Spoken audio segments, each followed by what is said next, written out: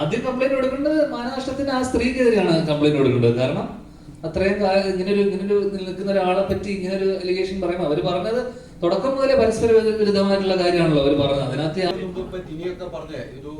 Power ഗ്രൂപ്പിന്റെ ഒരു ചർച്ച നടക്കുന്നുണ്ടോ? അതൊരു ബെൽറ്റ് ഗ്രൂപ്പ് ആയിന്നാ പറയുന്നത്. അബാമിന്റെ കൂടെ ഒരു ബെൽറ്റ് ഗ്രൂപ്പ്, പവർ ഗ്രൂപ്പും ബെൽറ്റ് ഗ്രൂപ്പും. ചേച്ചിയാ ശരിക്കും പവർ ഗ്രൂപ്പ്. ഇത്രയും ആർട്ടിസ്റ്റിനെ കൊണ്ട് ഇത്രയും ആർട്ടിസ്റ്റുകൾ പറയാൻ പടമുണ്ട്. അടുത്ത കാലത്ത് 2020 മിനി 2020 അങ്ങനെ നോക്കും അല്ലേ? ഇനി ഇവിടെ വരാത്ത ഒരുപാട് പേരുണ്ട്. അജു, സൈജു ഏട്ടൻ, രമേശ് ഏട്ടൻ. അപ്പൊ ഇതൊരു 2020 എനിക്കൊന്ന് ബാബൻ ചേട്ടൻ ഇത് ആ 2020 ശേഷമുള്ളത് അതർ 2020 ആണ്. ഇതിനേക്കാളും വലിയ ഗ്രൂപ്പ് ഒന്നും പറയില്ല എന്നെ സംബന്ധിച്ച്. എന്നോട് ചോദിച്ചാൽ ഇതാണ് ഏറ്റവും വലിയ പവർ ഗ്രൂപ്പ്.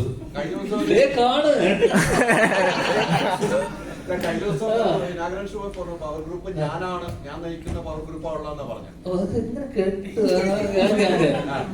ഞാൻ പറഞ്ഞത് അങ്ങനെയല്ല. ഞാൻ പറഞ്ഞതെന്ന് വെച്ച് കഴിഞ്ഞാൽ ഇപ്പൊ കഴിഞ്ഞ കുറച്ച് വർഷമായിട്ട് ഏറ്റവും കൂടുതൽ സിനിമ ചെയ്യുന്ന എണ്ണം നോക്കുമ്പോ ഏറ്റവും കൂടുതൽ സിനിമ ചെയ്യുന്ന ഞാനാണ്. അങ്ങനെ നോക്കുമ്പോ ഇപ്പം ബാബുവേട്ടനെ പറ്റി, കാരണം ബാബുവേട്ടനെ പറ്റിയൊക്കെ കുറെ ഇത് വന്നല്ലോ. അപ്പൊ എന്ന് വെച്ചാൽ ഇവർ അവസരം ഇല്ലാതാക്കുന്നു എന്ന് പറയുന്നുണ്ടല്ലോ. അപ്പൊ ബാബുവേട്ടനൊക്കെ എന്റെ അറിവില് ഞാൻ വല്ലപ്പോഴും ബാബുവേട്ടനെ വിളിച്ചിട്ട് ബാബുവേട്ട നമ്മളൊരു പടമുണ്ട്, പരിപാടി ഉണ്ടെന്നുണ്ട് ബാബുവേട്ടൻ ഞാൻ വിളിച്ചിട്ട് നമ്മുടെ സിനിമകളിലൊക്കെ ഭാഗമാക്കാറുണ്ട്. അപ്പൊ അവരൊക്കെ എങ്ങനെയാണ് മറ്റുള്ളവരുടെ അവസരം ഇല്ലാതാക്കുന്നത് എനിക്ക് മനസ്സിലായിട്ടില്ല. എന്നുവെച്ചാൽ പവർ ഗ്രൂപ്പിന്റെ ആക്ടിവിറ്റീസ് എന്താണെന്ന് ഇതുവരെ എനിക്ക് മനസ്സിലായിട്ടില്ല. അപ്പൊ ഇങ്ങനെ ഒരു പവർ ഗ്രൂപ്പ് ഉണ്ടെന്ന് റിപ്പോർട്ടിൽ പറയുന്നു. പക്ഷെ എന്തൊക്കെയാണ് ഇവർ ചെയ്യുന്നത്? അവസരം ഇല്ലാതാക്കലായിരിക്കുമല്ലോ പ്രധാനമായി ചെയ്യുന്നത്. അപ്പൊ ഞാൻ നോക്കിയപ്പോ ഏറ്റവും കൂടുതൽ സിനിമ ചെയ്യുന്ന ഞാനാണ്. അപ്പൊ ഞാനായിരിക്കണമല്ലോ. അപ്പൊ അതെ, അങ്ങനെ നോക്കുമ്പോ ഞാനായിരിക്കണം അവസരം ഇല്ലാതാക്കുന്ന ഒരാൾ. ഞാൻ വെറുതെ ഒരു തമാശ വേണം പറഞ്ഞതാണ്. കാരണം അങ്ങനെ ഒരു ഗ്രൂപ്പ് ഉണ്ടെന്ന് നമുക്ക് ഹേമ കമ്മിറ്റി റിപ്പോർട്ടിൽ പറഞ്ഞിരിക്കുന്ന പല കാര്യങ്ങളിലും സത്യാവസ്ഥയുണ്ട്. അവർ അനുഭവിച്ച ദുരനുഭവങ്ങളൊക്കെ തന്നെ ആയിരിക്കും അതിൽ പറഞ്ഞിട്ടുള്ളത്. പക്ഷെ ചില കാര്യങ്ങളോട് നമുക്ക് കേട്ട കാര്യങ്ങളോട് നമുക്ക് യോജിപ്പുള്ള കാര്യങ്ങളൊന്നായിരുന്നു ഈ പവർ ഗ്രൂപ്പ്.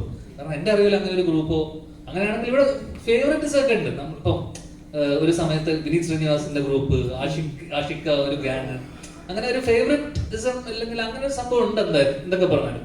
അല്ലാതെ അതിന്റെ മുകളിലൊരു പവർ ഗ്രൂപ്പ് എന്ന് പറഞ്ഞൊരു സാധനമൊന്നും ഇത്രയും കാലം എന്റെ എനിക്ക് മനസ്സിലായ സംഭവം എന്ന് വെച്ചാൽ ഈ പവർ ഗ്രൂപ്പിൽ ചിലപ്പോ നമ്മളും ഉണ്ടാവാം. നമ്മൾ പോലും അറിയാതെ ചിലപ്പോ നമ്മൾ മറ്റുള്ളവരെ ഇപ്പൊ ഞാനും ഫ്രണ്ട്സാണ്. അപ്പൊ ഞാൻ പടം ചെയ്യുമ്പോ ധ്യാൻ മതി. അപ്പൊ അവിടെ വേറെ അവസരം പോകും. അപ്പൊ നമ്മൾ പരമാവധി എന്താന്ന് വെച്ചാല് കൺസിഡർ ചെയ്യാം എല്ലാവരും. അത്രേ ഉള്ളൂ. അതിനപ്പുറം അതിനൊരു ഗ്രൂപ്പിസം എന്നൊക്കെ നമ്മൾ ആദ്യമേ പറയുമല്ലോ. Belt, Trivandrum belt, Kochi belt, മറ്റേ ബെൽറ്റ് എന്നൊക്കെ പറയുന്ന പോലെ ഇഷ്ടമുള്ള ആൾക്കാർ ഇപ്പൊ നെപ്പോ കിഡ്സിനെ വെച്ചിട്ടാണ് ഏട്ടൻ വർഷങ്ങൾക്ക് ശേഷം ചെയ്തത്.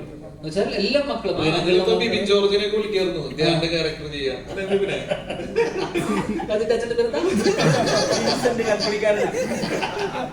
ഇല്ലല്ലോ നീ കൂട്ടാൻ പറ്റില്ല. അപ്പൊ ഞാൻ പറഞ്ഞ ആ രീതിയിൽ വിനീത് ശ്രീനിവാസൻ പവർ ഗ്രൂപ്പിലൊക്കെ അങ്ങനെ പറഞ്ഞു വരുമ്പോ അല്ലേ വെച്ചാൽ പുള്ളിയുടെ കുറച്ച് ആൾക്കാരെ വെച്ചിട്ട് ഗ്രൂപ്പിസ് എന്നും ഉണ്ടല്ലോ, എന്നും നിലനിൽക്കുന്ന എന്നാണ്. പക്ഷെ എനിക്ക് അപ്പോഴും മനസ്സിലാവാതെ പോയ ഒരു ടേം ഈ പവർ ഗ്രൂപ്പാണ്. എന്താണ് പവർ ഗ്രൂപ്പ് എന്ന് പറഞ്ഞ ഇതുകൊണ്ട് അവർ ഉദ്ദേശിച്ചതെന്ന് നമുക്ക് മനസ്സിലായിട്ടില്ല. അപ്പൊ അത് എനിക്ക് തോന്നുന്നു അവിടെ തന്നെയുള്ള പലരും പറഞ്ഞ കാര്യങ്ങളായിരിക്കും ഇങ്ങനെ ഒരു ഗ്രൂപ്പ് ഉണ്ടെന്നും. കമ്മിറ്റിയിലുണ്ടായിരുന്നല്ലേ? അതെ, നല്ലല്ലേ? ഞാൻ ചേട്ടാ ഇപ്പൊ പവർ ഗ്രൂപ്പ് എന്ന് പറഞ്ഞുകൊണ്ട് ചോദിക്കുക. ഇപ്പൊ നീവിൻ ചേട്ടനെത്തി കുറെ ഫേക്ക് അലിഗേഷൻസ് ഒക്കെ വരുന്നുണ്ട്. ചേട്ടൻ കണ്ടതാണ്. പിന്നെ അതേപോലെ തന്നെ നീമ്പടെ ഇത് പ്രൂവ് ചെയ്ത് ഫേക്ക് അലിഗേഷൻ ആണ് ഏകദേശം തെളിഞ്ഞു. പക്ഷെ നീവിൻ ചേട്ടൻ വീണ്ടും കംപ്ലൈന്റ് കൊടുത്തിട്ടുള്ളത് ഇത് സിനിമ ഇൻഡസ്ട്രിയിൽ നിന്ന് തന്നെ ആരോ എന്നെ എതിർക്കുന്നു എന്ന രീതിയിലാണ് കംപ്ലൈന്റ് കൊടുത്തിട്ടുള്ളത്. അത് കേട്ടിട്ടുണ്ടാവും വിചാരിക്കുന്നു. അതെന്താ പറയാനുള്ളത്? അല്ല, ആദ്യം കംപ്ലൈന്റ് കൊടുക്കേണ്ടത് മാനനഷ്ടത്തിന് ആ സ്ത്രീക്കെതിരെയാണ് കംപ്ലൈന്റ് കൊടുക്കേണ്ടത്. കാരണം അത്രയും ഇങ്ങനൊരു നിൽക്കുന്ന ഒരാളെ പറ്റി ഇങ്ങനൊരു അലിഗേഷൻ പറയുമ്പോൾ അവര് പറഞ്ഞത് തുടക്കം മുതലേ പരസ്പര വിരുദ്ധമായിട്ടുള്ള കാര്യമാണല്ലോ അവർ പറഞ്ഞത്. അതിനകത്ത് യാതൊരു അടിസ്ഥാനമില്ലെന്ന് അത് കേൾക്കുന്ന ഏതൊരാൾക്കും മനസ്സിലാവുന്ന കാര്യങ്ങളൊക്കെ തന്നെയുള്ളൂ. അപ്പൊ പിന്നെ അതിന് ഇതായിട്ട് അനുബന്ധിച്ചേട്ടൻ വന്നിട്ട് ആ ഡേറ്റിൽ നമ്മുടെ കൂടെ വർഷങ്ങൾക്ക് ശേഷം സിനിമയിലായിരുന്നു നിവിൻ ആ സമയത്ത് 14-15 തീയതികൾ.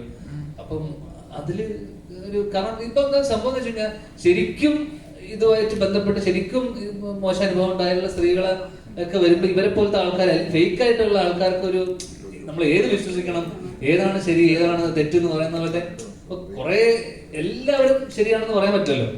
അപ്പം അങ്ങനെ ഒരു കൺഫ്യൂഷൻ വരും ആൾക്കാർക്കും എല്ലാവർക്കും. കാരണം ഇന്ന് ഏതെങ്കിലും ഒരു കുട്ടി എനിക്കിങ്ങനെ ഒരു അനുഭവം ഉണ്ടായെന്ന് പറഞ്ഞാൽ ഉടനെ കേസ് എടുക്കേണ്ട ഒരു സാഹചര്യമുണ്ട്. കാരണം ആര് പറഞ്ഞാലും നെക്സ്റ്റ് സെക്കൻഡ് പ്രതിയാക്കുകയാണ്.